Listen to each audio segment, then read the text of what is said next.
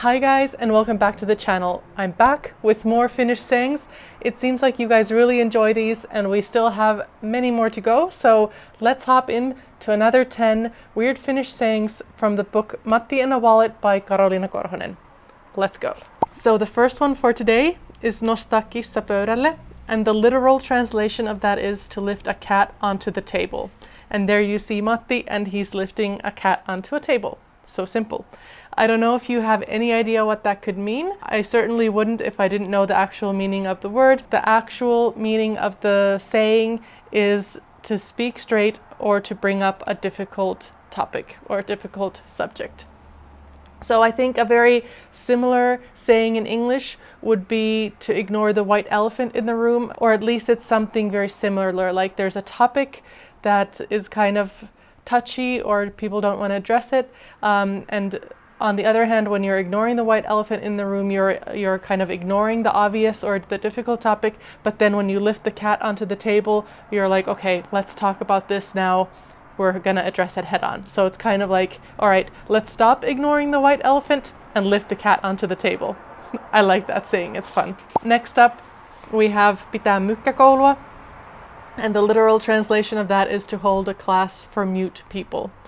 And there you see Matti without a mouth, and he's pointing to the ABCs, so he's trying to teach a class for people who can't speak. And then if we look at the actual meaning of the saying, it's to be so angry you cannot speak or to give the silent treatment. And I don't really agree with the first part. I've never heard or used this saying to mean that I'm so angry that I can't speak. It's to me, that's not where my mind goes when I hear the saying.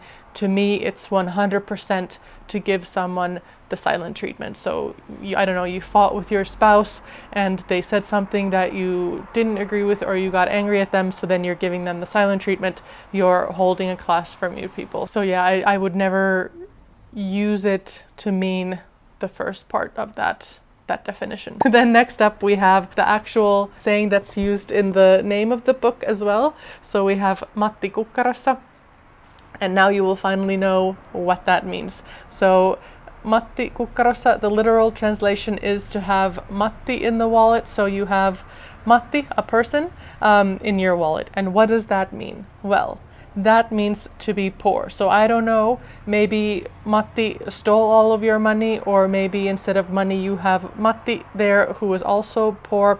Don't know where that saying came from, but to say that you have Matti in your wallet, it means that you have no money, that you're poor. Next up we have hyppiä seinille, and the literal translation of that is to jump on the walls, or I would say to jump into walls, jump onto walls, whatever. There you see Matti and he's jumping up against a wall. Maybe you can kind of think about what this could mean just from the, I don't know, there's not really, I would say, an identical saying in English, but maybe you could figure it out. The actual meaning of the saying is to get offended, but that's very surprising to me. Somehow, and I'm most likely wrong with this one on my side, but I've always thought that hyppiä seinille would mean kind of the same thing as like you're going stir crazy, that you're so bored that you're like jumping up the wall. But I'm pretty sure that I'm wrong on that one. I'm confident that the person who wrote this book knows what they're talking about, and that hyppiä seinille, to jump on the walls, means that you get offended, but I think I've been using this saying wrong. If anybody would have told me this saying, I would have thought that they meant that they're going stir crazy. But hey, at least I learned something, right? Next up, we have ketun häntä kainalossa, and the literal translation of that is to have a foxtail under one's arm. And there you see Matti, he's like, doo, I'd have a foxtail under my arm. Probably nothing that can be easily guessed, but maybe from the picture you could have some kind of idea. The actual meaning is to have mischievous plans. So something probably along the lines of like sly as a fox. So fox might be a little bit mischievous, and maybe that's where the saying comes from. But to have a foxtail under your arm means that you are up to something, maybe something mischievous. Next up we have ei saa jäädä tuleen makaamaan, and the literal translation of that is one mustn't stay lying in the fire. And there maybe you can guess what that could mean. If we look at the actual meaning, it's don't stop, take advantage of the situation. So it basically just means get off your butt and do something about it. Once again, like many times before in this book, I have a feeling that there's a very good comparative English saying for this one, but I can't think of it. So if you can think of it, write it down in the comments and let me know what's an English saying for like to seize the day. Yeah, I guess that would be one. But I'm thinking of something more along like similar to like don't stay lying in the fire, like do something to seize the day. Let me know if you think of a better one.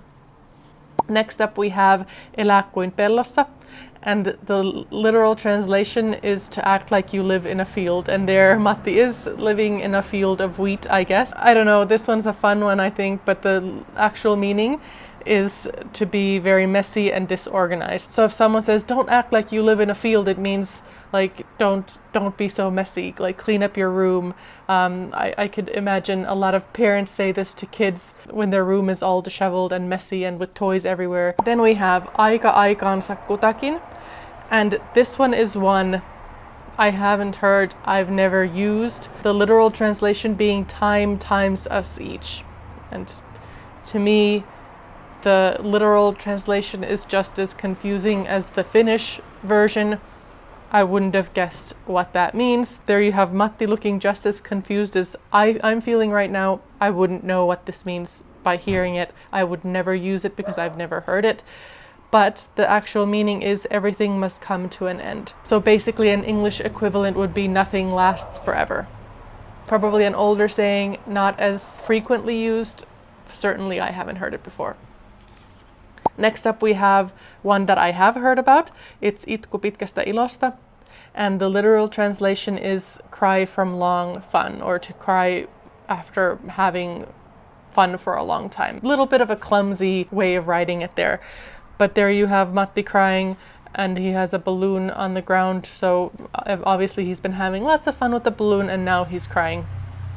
And the actual meaning of this saying is if you have too much fun, it will end up in tears. And this one, you often hear like parents saying to kids, like they've been rambunctious, they've been having a lot of fun, and then maybe someone like falls over and scrapes their knee, and then they start crying. And that's kind of the spirit of the saying, like you've been having so much fun and maybe you get super tired and then something happens and you cry because everything's been going so great and then something suddenly happens. But that's basically the spirit of the saying. This one is another one that I think shows the Finnish culture's like unfortunate side, that somehow Finns feel that you shouldn't enjoy yourself too much, or you shouldn't have too much fun, because then be careful, because if you have too much fun you will just end up crying. And that's a little bit like, it's okay for like kids and for parents to like maybe comfort kids after they've been having fun and maybe they scraped a knee, like I said, and then they'll say that, but it's almost kind of a warning, like be careful, don't have too much fun, keep your feet on the ground, or otherwise it'll end up in tears. So again, a little bit of the pessimistic Finnish culture that I don't like so much necessarily. The last one for today is olla Herran kukkarossa. Again, we are talking about something about a wallet. If we look at the literal translation, it's to be in the Lord's wallet, or to be in a Lord's wallet. There you see a lord, a very posh lord, and Matti is there in his wallet. So what does it mean when Matti is in the Lord's wallet but not in your wallet? So that means to have things going very well for you. So basically, if you've taken up residence in a Lord's wallet, obviously you're well taken care of because the Lord is rich and has lots of money. So funny how there's two sayings in Finland, both to do with a wallet but with very opposite meanings. So if Matti is in your wallet, you have no money, but if you are in a Lord's wallet, then that means that you're very well off. So fun sayings once again today. I think next time we will have some travel related sayings, which should be fun. So stay tuned. This was part 5. There's still more to come. Thanks for watching and see you again next time. Bye guys.